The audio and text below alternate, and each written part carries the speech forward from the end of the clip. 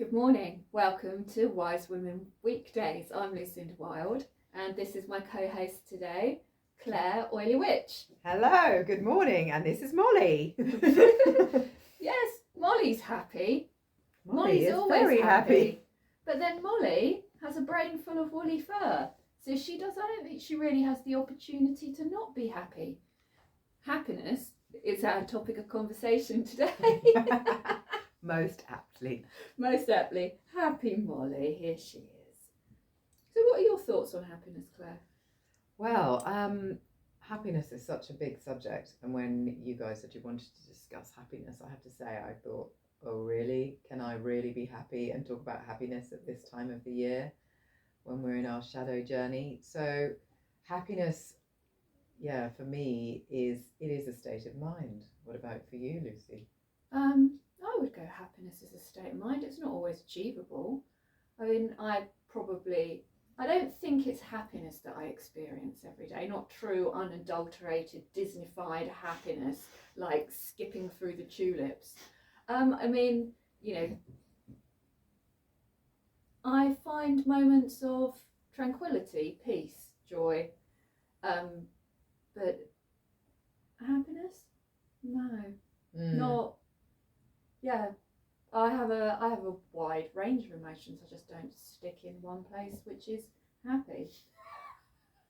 I think that's quite funny that you're Capricorn Sun and I'm Capricorn Rising. Yeah. Capricorn is probably one of the least happy signs, and here we are talking about happiness. So there is a certain irony in that. So I guess the message to you guys is if we can find some level of happiness, then anyone can find some level of happiness. So Capricorns are not known for being happy and cheerful.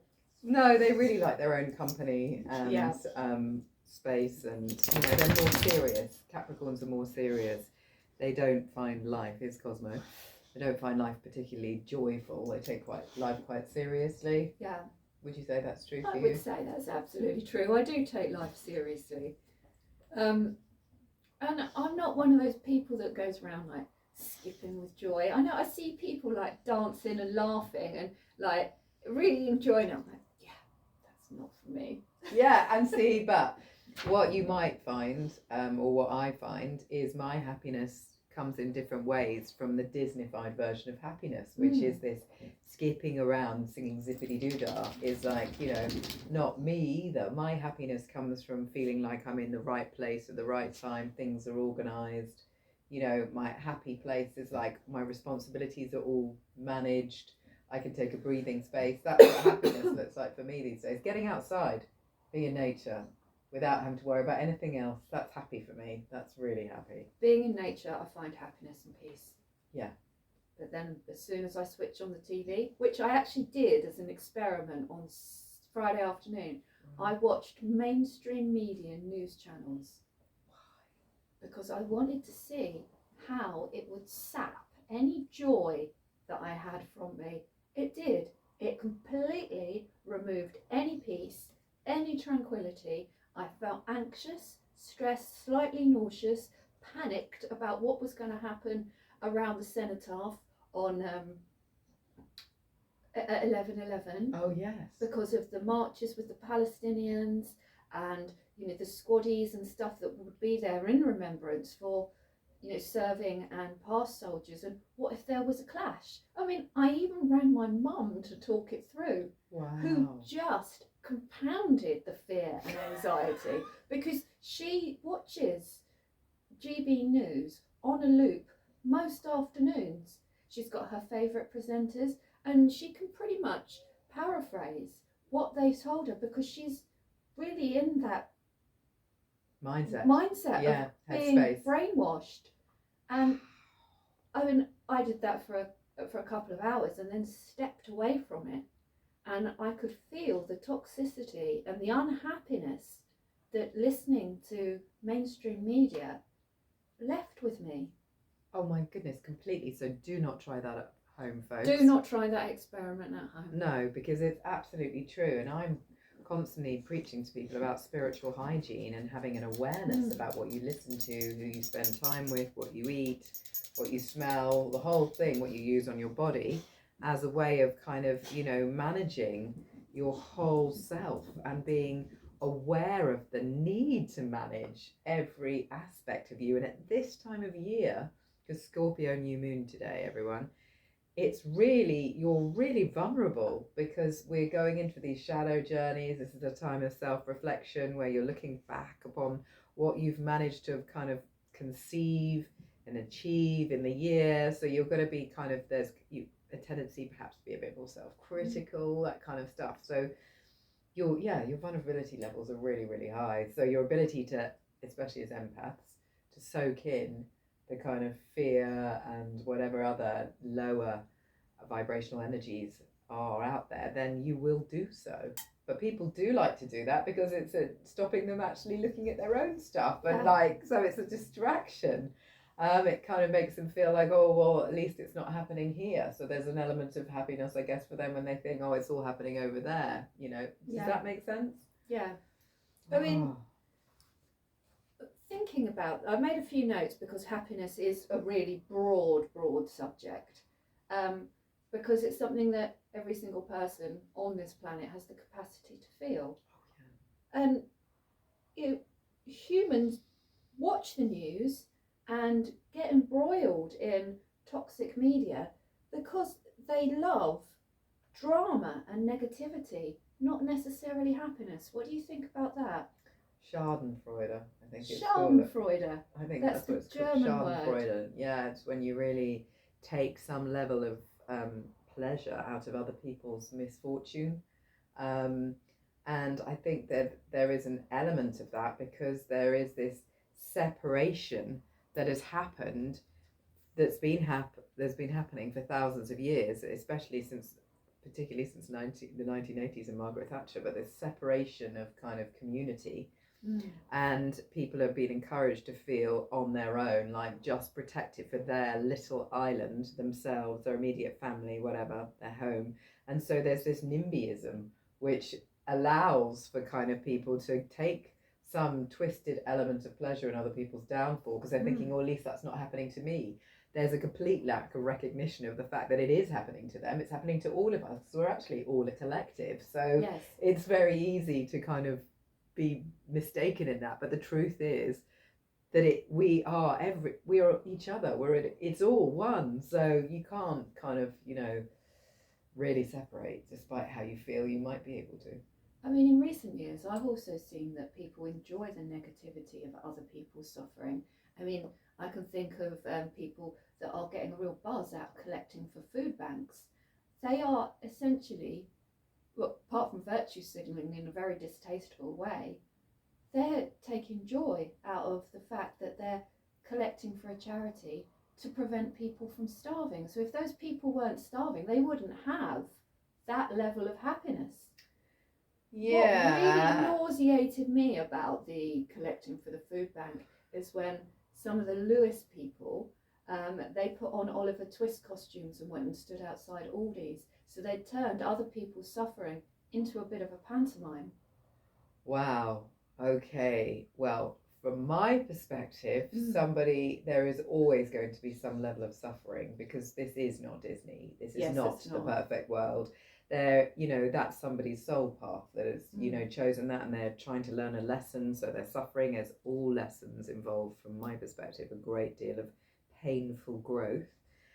And so somebody has to be the person that wants to take their time collecting for the food bank and things like that. I know what you're saying, but I think that there's more kind of altruism in that than you're giving perhaps credit to.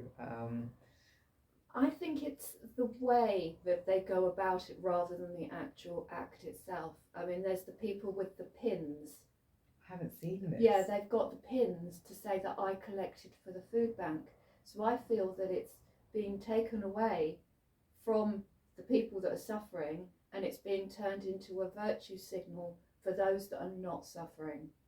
Right, and they are drawing their happiness from other people's suffering. Well, they're possibly all responding to their own kind of serious need to help in some way. Okay. Because we have this world that, as we've discussed, has kind of separated us all out, really kind of separated our minds, our bodies, our spirits, like literally compartmentalized all aspects of life and moved us away from community, and got us doing jobs that are really, again, maintaining those silos. But if you kind of move beyond that, a lot of people are born to serve, like I'm certainly one of them. And so we will do whatever we can to help people wherever we can. So it's really integral to my happiness to help people. I know that that's what makes me happy, is when I can help somebody else and work with them and help them find their own happiness. So would you say I'm virtual, what did you call it? Virtuosity signalling. Virtue signalling. I haven't seen you with a I collect for the food bank pin, and I haven't seen you in an Oliver Twist costume, because I feel those things actually make a mockery of other people's suffering. I mean, there's one thing going to collect for the food bank or doing other charitable acts, but doing it quietly. Without the need for ego. Without the need for ego is what I'm trying to say. Is that what the problem is? Yes. Okay, so your issue, which is probably, is absolutely completely valid, is about the fact that people are flaunting their charitability as opposed to just getting on with it. Yeah. Yeah. And I find that quite distasteful. Perhaps it was a manager's idea of how to motivate people to do it. It's like, I'll give you an award if you do this and you can wear this badge, and people do like accolades. Yeah. That's kind of human nature. Because I can think of a person who does charitable work, or did charitable work when he was here, but he always did it under the radar.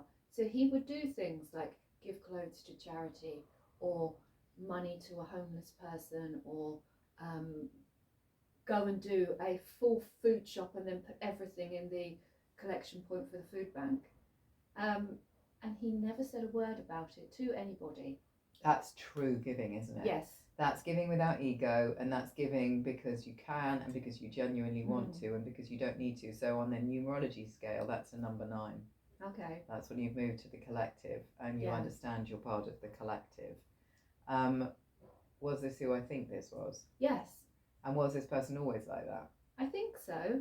Right, because I think sometimes when people get, this person was close to end of life, weren't they? So I think when people get some kind of health shock, which a lot of people are getting more and more of these days, it makes them appreciate more the collective, the fact that we're all part of this great big kind of journey together, and that those selfless acts are needed, that kind of most people are on some part of the continuum where they can give what they can give, but they also need to work on themselves before they can give freely like that, because that is beautiful. But not everybody can manage that or would want to manage that. And that's the other thing. It's like your version of happiness is going to be different from my version of happiness, is going to be different from your version of happiness. It's like you've got to establish what happy means to you, because it's not going to be the same as everybody else, apart from we think nature brings a lot of happiness. So happiness is a choice.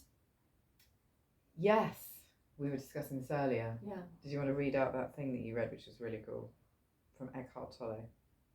Was it him? The Power of Now. What did you read out earlier that was really interesting to me? It was just a text message that someone had sent me. Oh, it was really good.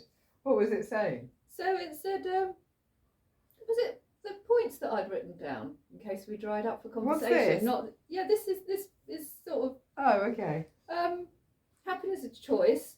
Life is hard. Once we can accept that, then happiness becomes more accessible. What are the myths of happiness? Media fear mongering, which comes across as an attempt to placate fear, actually and promote happiness. Did that make sense? You totally did, because that's what they did with the whole kind of, anyone here has watched The Secret, that whole bit at the end is all about, we've got to be really careful about the language we use. So we need to basically stop saying things like stop the war, and basically say things like let's have peace. It's like all about changing the language, which I guess feeds into your other point about it being a choice. Yes. So it's that choice is further enhanced by the language you use in order to get that. So if you say I'm not happy, then you're going to not feel happy. Well, every word is a spell, right? Yeah. So you think something, you say it out loud, it manifests. Yes. I'm not happy. And you go and look at all the things in your life that you are not happy about. But actually, your response is the bit that is not happy or pissed off or miserable. You can It's the potentially feeling. reframe the thing and step back from it and go, yeah, well, that's not going to affect my happiness unless I let it. Exactly, because it's feelings. Yeah. And this is, something that I learn more and more about, is the fact that we benefit more from appreciating that our feelings are the foundation of our happiness. It's how we feel about things that determines whether we're happy or not the mind. The mind is just a conceptual place, isn't it? The mind with a highly critical voice at times. But the heart is where the kind of feelings come in, and you can choose what makes you feel happy, which is a passing state of affairs, not a continual state of affairs, by kind of leading from the heart, really, heart choices. Yeah, but it's about knowing what's in your heart. That's really important. And then that, not knowing what kind of is going to personally achieve happiness for you. Like this morning, I didn't feel very well again in the morning, which keeps happening to me. I don't know why. I think it's something to do with the collective and all the stuff that's going on, because it doesn't feel like it's mine. I just wake up kind of like, oh, might just be the time of year shadow journey, I'm not sure. And I was then reminded by Spirit to use some essential oils. And I came up with this. I opened a book to make a cream for somebody else, and this page fell open, and that's how Spirit generally works. Nothing is coincidence. And it said, for dealing with things like unhappy feelings, then just rub some carrier oil and geranium oil over your liver to deal with the toxicity or the anger or the uncomfortable emotions there. So I did that, and he said put some rose oil on your heart. So I did that. And then I thought, I got the message that I really needed to get outside. And I was thinking, I've got things to do. And it was like, no, you really need to get outside. You need to be outside right now. And so I did my things, and I had plenty of time to go for a nice walk before I came here. And I was just like, the sun, literally, it stopped raining. The sun came out. I'm ruled by sun, shining down on me. And I was just like, okay, there's a blessing. And so I felt extremely happy. And I was like, wow, what a change. It's like just a few simple things to change my mindset. Yeah. And I felt really deeply happy. That's great that you were able to achieve that. Yeah, but it's passing. Yeah. Yeah. I mean, any emotion that we experience is just passing through. Flowing. And as Eckhart Tolle says, acknowledge it. Let it settle in. And then just that action, it kind of disperses. That's powerful, to acknowledge it and let it sink in. Yeah. Permeate to every single layer of cell. Yeah, and take time to process it. Because, I mean, it is unrealistic. Like, you say you wake up feeling poorly. I think a lot of people do, don't they? I mean, I know that I don't wake up and leap out of bed and, all sunshine and lollipops and can't wait to start the day. I'm like, oh God, here we go again. Yeah. What's today going to throw at me? Am I strong enough to deal with this? Right. Then I'm like, well, why wouldn't I be? I've got up and I've got on with the day for the last, I suppose, half a century. Wow. Lucy is not going to reveal any more about her age than that. Yeah, because as women, we are not supposed to be happy when we get older. In middle age, we're kind of disregarded. Our usefulness is done and dusted. We are classed as hags. We've been burnt at the stake. And now we are labelled Karens.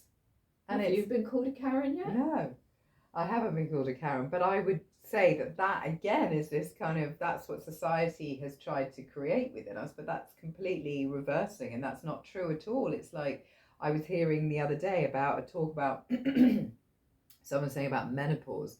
The fact that we're no longer bleeding means that the energy and that power, it remains within the body, which is why the woman improves like a fine wine with age, because she carries a lot more wisdom, a lot more energy, a lot more power.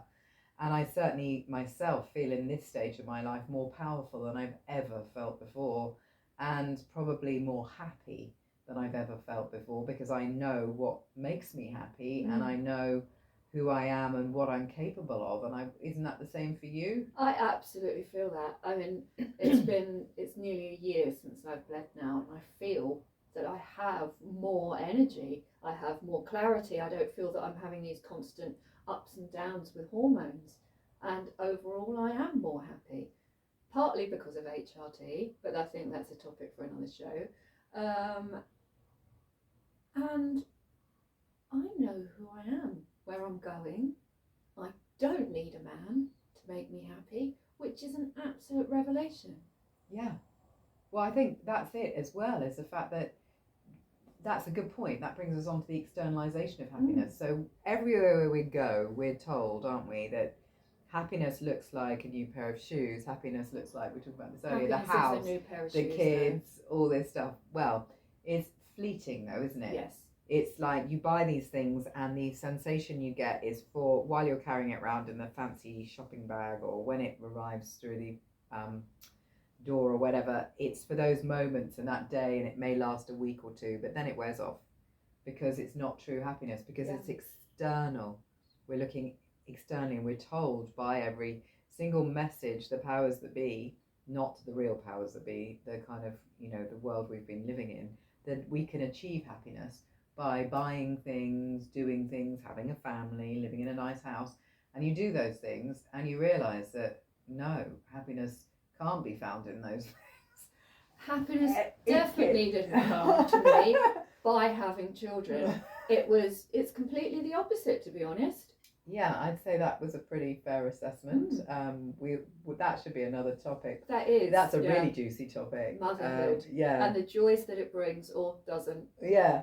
And the realities of it as well, to manage people's expectations. Because then again, there are happy moments. There's really happy, joyful moments. But, it's all about what comes from within. So you're saying you realise you don't need a man to be happy. I think that's the reality. None of us need anything to be happy. And you think about a child, when we were so whole and complete, when we were young children, we could get happy just from watching butterflies and, blowing bubbles and doing things like that. Such simple things gave us happiness and joy and wonder. And we didn't have this kind of mind that was questioning everything and being quite critical, etc. And our world has really invited too much emphasis on the mind, and the mind is just completely doesn't really like emotions because it can't box them up and package them away, so it shuts us away from them, and then they carry on anyway. So. And there's that other myth that we can control our emotions. Can we? No, I don't. Well, if you can find me a way of controlling my emotions, do let me know. No, you've got to. Antidepressants, antipsychotics. Well, we know they don't work. They work for a point, but they don't work completely. They just numb you. They just stop it, don't they? So it doesn't make you happy. It numbs you, shuts you down, so you don't experience emotions. And you don't experience that much because you literally don't give a shit about anything. That's what is joyful in antidepressants, is you literally stop caring so much about the little things and get a bit of respite. But you then don't get the kind of beauty of the range. You get a very narrow bandwidth because it's cutting things off. And I think emotions are really important indicators of what energies you're picking up, how you feel, what's your body's messages. That's all going to come through initially in emotion. So by shutting them down, by taking a pill, you're not going to experience the full range, and you're going to miss out on a lot of the good things that life has to offer, because you're literally sitting in a chemical box. And whilst you're in that chemical box, other things in your body won't be doing the things that they're supposed to do because they've been shut down, turned off, reduced, etc. So there's always a kind of a knock-on effect that, at times though in people's lives, they're prepared to pay that price because things have got so dark. They just need to put I always say, like a floor in the well. It's like you don't want to fall any further. You're tired of falling. You just need someone to give you a platform to rest upon for a while you gather the energy, the sleep, because some people can't switch off and sleep when they're feeling deeply unhappy. Once you recover that, because sleep is incredibly important to happiness, then you come off them and you get on with your life. The problem is you're left on them, and they are the catch-all for everything. Because coming off antidepressants, all the feelings that they suppressed come up, they come flooding in, and they're more unmanageable than they were before you went on the drug. So most people that go on to antidepressants end up staying on them for all of their life. And then, of course, there's the iatrogenic effects of those toxic medications. And someone told me yesterday 75% of Americans are on antidepressants. They're also obese. Obviously, I haven't been able to reference that, so it may or may not be a true statistic. So you've got 75% of a large country obese and on antidepressants. They are not experiencing the richness of life. No, but they're also easier to control, and they're not functioning properly. It's all related because the body's not working properly. And I'd say there's a ridiculously high proportion of women in this country on antidepressants as well, because they are not given the support when they go to the doctor. They just say, like, here's a pill, deal with that, because there's so much pressure on us women to be happy, be, you know, so many different roles in the limited amount of daytime, as well as being ourselves, you know, all of this stuff. People just are exploding all over the place because they literally, there's all this comparison going on. They can't keep up. They, you know, it's like the messages are always thrown in because other people aren't being realistic about how they're really feeling about the world and things like that. They're all smiled and preened and everything else. Everything looks like this kind of veneer of perfection that people can't achieve, and then underneath they're just crumbling, and so they take the pills to maintain the veneer, and it's not working. It's a very high price to pay, and it turns off your light, it turns off your connection to spirit. So I know a load of people that are on antidepressants, and when I had my first daughter, within a couple of months I was at the doctor's saying I'm not feeling good, and he gave me a prescription for antidepressants. He didn't look at this woman in front of me is 20 years old, she's on her own with a baby, family's there but they're not particularly supportive, they're critical, and actually creating barriers to her progressing as a woman and a mother, and it just shut me down. It created more problems. I went through a series of taking something called amitriptyline to start with, which knocked me out at night, so I couldn't wake up and look after my child, which impacted negative emotions, because then I was getting a critique for not being a good mother because I was zonked out on this drug. So the doctor switched me onto Prozac, which came with a whole load of nasty side effects, and I had to come off that, and I was left with the baseline of I feel shit, I've just had a baby, I don't know what to do, and there was no help and support there. So happiness for me at that point was really difficult to reach.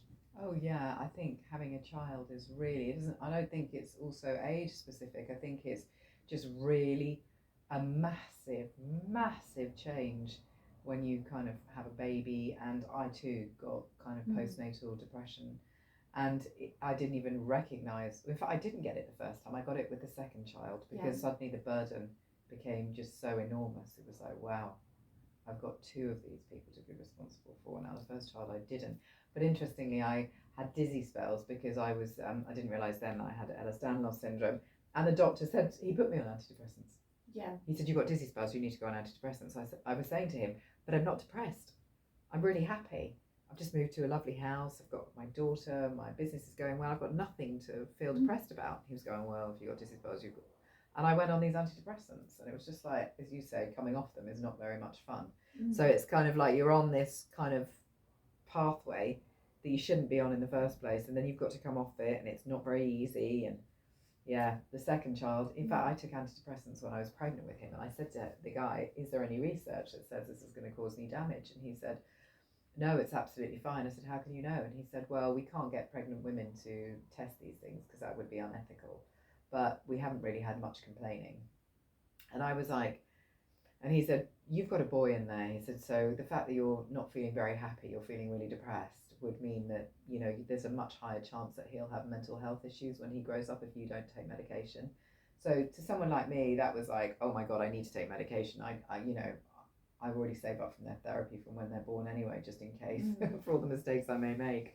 But I took them, and he was born with joint hypermobility syndrome, and he's now being diagnosed as autistic. And I just keep thinking, you know, I mean, I know those things are kind of run in the family, but they're really brought out in him. And I think, I'm sure this is something to do with the medication I was on. It never felt like the right choice, but I was so unhappy at the time and received bad advice. I was just like, you know, that felt like the only option I was given. Take these pills and, you know, there we go. So Take these pills, be a good girl and go home.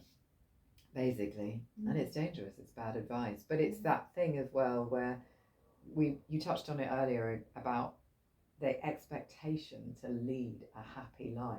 Yes. It's like we all think that we should be able to achieve happiness most of the time, and if we're not achieving happiness most of the time, in some respects we're failing. That's just simply not true. The happiness is the glimpses of the cracks in between. Real life itself is quite difficult, you know, I think.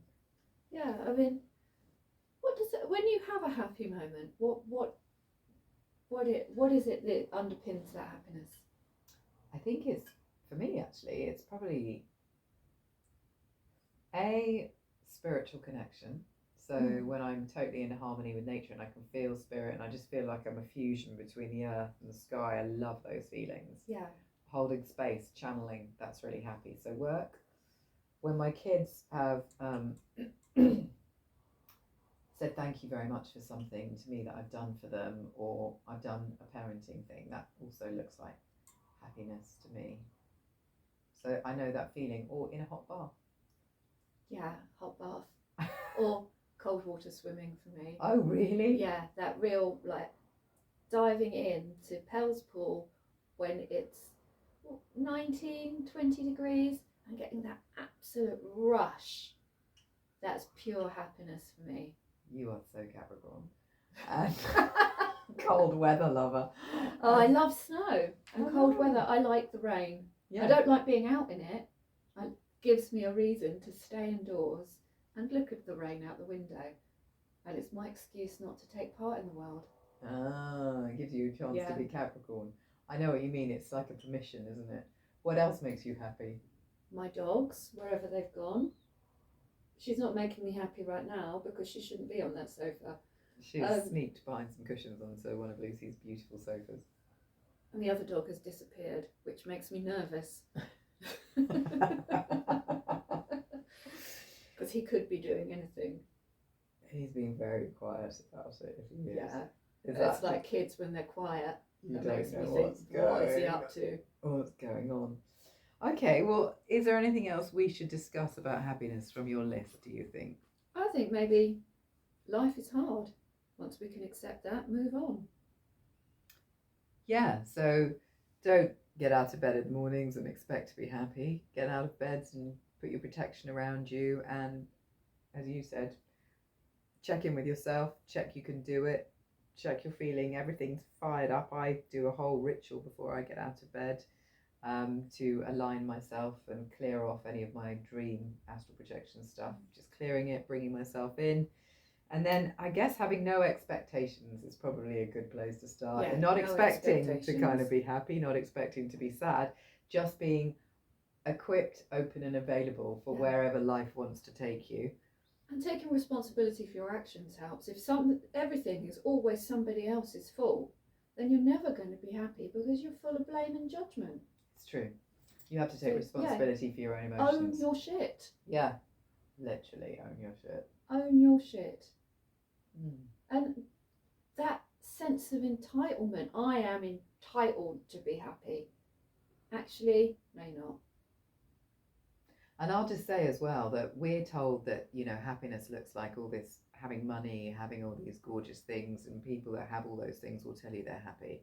You just have to read the celebrity press and you'll see that all of those people are just making exactly the same mistakes as the rest of us are making. And it doesn't matter how much money you've got, it just brings a different set of problems. So it's like, don't think that you can externalize it. It's all about coming from here. That's where happiness sits. Yeah, absolutely. Inner peace. Yeah, but I'd say it's inner peace. Inner peace is the ultimate success in this world. It doesn't matter how big your house is. You could live in a hut and be completely happy and at peace. And that is priceless. Completely. And there isn't, comes from purchasing happiness. It's not, happiness isn't something you can buy. No. Well, we've already touched on this with the shoes thing. Because you're in homeostasis where you feel out of homeostasis, where you have an artificial high before you go back to the lower than the starting point. I'm sure Anna Lemke can describe that better than me. And also, when you're feeling unhappy, maybe we should just touch on that before we go. If you're feeling unhappy, go with it. Don't block it. Go and flow with it, because it's a message you're giving yourself about something that is happening that you either can or can't change, but you need to process it. So by blocking it, you're ignoring a message from the heart, and it's going to go somewhere, that energy. You've got to let it come in so you can actually experience it, so you can let it go. Because if you don't experience it, it gets trapped. And this is why people have to have all these therapies to release trauma from various parts of their body, because it's locked in. Yeah. Because the body is like a container for our emotions. So that's really important. And wallow in your unhappiness and go, do you know what? Today I woke up and I didn't feel happy. Why don't I feel happy? What can I do about it? Do I feel like I need to cry? Yeah, I'm going to just cry. I'm going to journal. I'm going to do whatever. Take 5 minutes out before I start my day just to let that emotion be. And you'll probably find, if you allow it to be, it will go. And you'll suddenly feel brighter again. And there's no shame in feeling a negative emotion. None. None at all. Because we are whoever's upstairs, or he or she or whatever, they didn't give us human beings the ability to have that range of negative and positive emotions, to then feel ashamed of having a negative emotion. That is so true. And I like to think of the weather, because after it's been raining really heavily, after the tears always comes the sunshine. And it always, behind the clouds, there is blue sky. Yeah. But you have to allow the clouds to empty. This isn't toxic positivity, is it? Oh my God, Lucy. I don't even know what toxic positivity is. What's toxic positivity? It's one of those labels that have gone out there. Oh There my is such a God. thing as toxic positivity. I think it's like skinny fat. What? Skinny fat. You can be skinny fat. What the hell is skinny fat? This is another way of making women unhappy, is telling you that even though you're skinny, you've still got fat. Just to keep you down. Well, that's Toxic positivity. This is not toxic positivity. It's not. No, but it's another one of those labels that are to keep people down. Toxic positivity. You read a meme about happiness and spirituality, and then you're told that it's toxic positivity. Was Ram Dass spreading toxic positivity?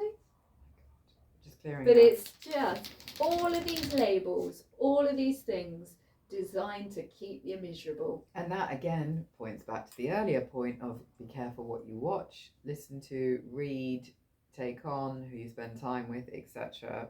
And if it doesn't feel right, like when she said that, I just was like, don't take it. It's not the world. We design the world we live in. Choose a world without labels like this. And if Pointless. something makes you happy, it's not toxic positivity. No. Or anything to feel guilty or ashamed of. Molly's got up now. We need to go and find Cosmo. So I Yes. think that's it from us. So like and subscribe if you did like it, that is. If you're not, then leave some positive feedback, not toxic feedback. Yeah, leave some good feedback, and we'll be back to discuss more controversial and salient subjects like skinny fat And motherhood. and, yeah, the joys of motherhood. Bye bye.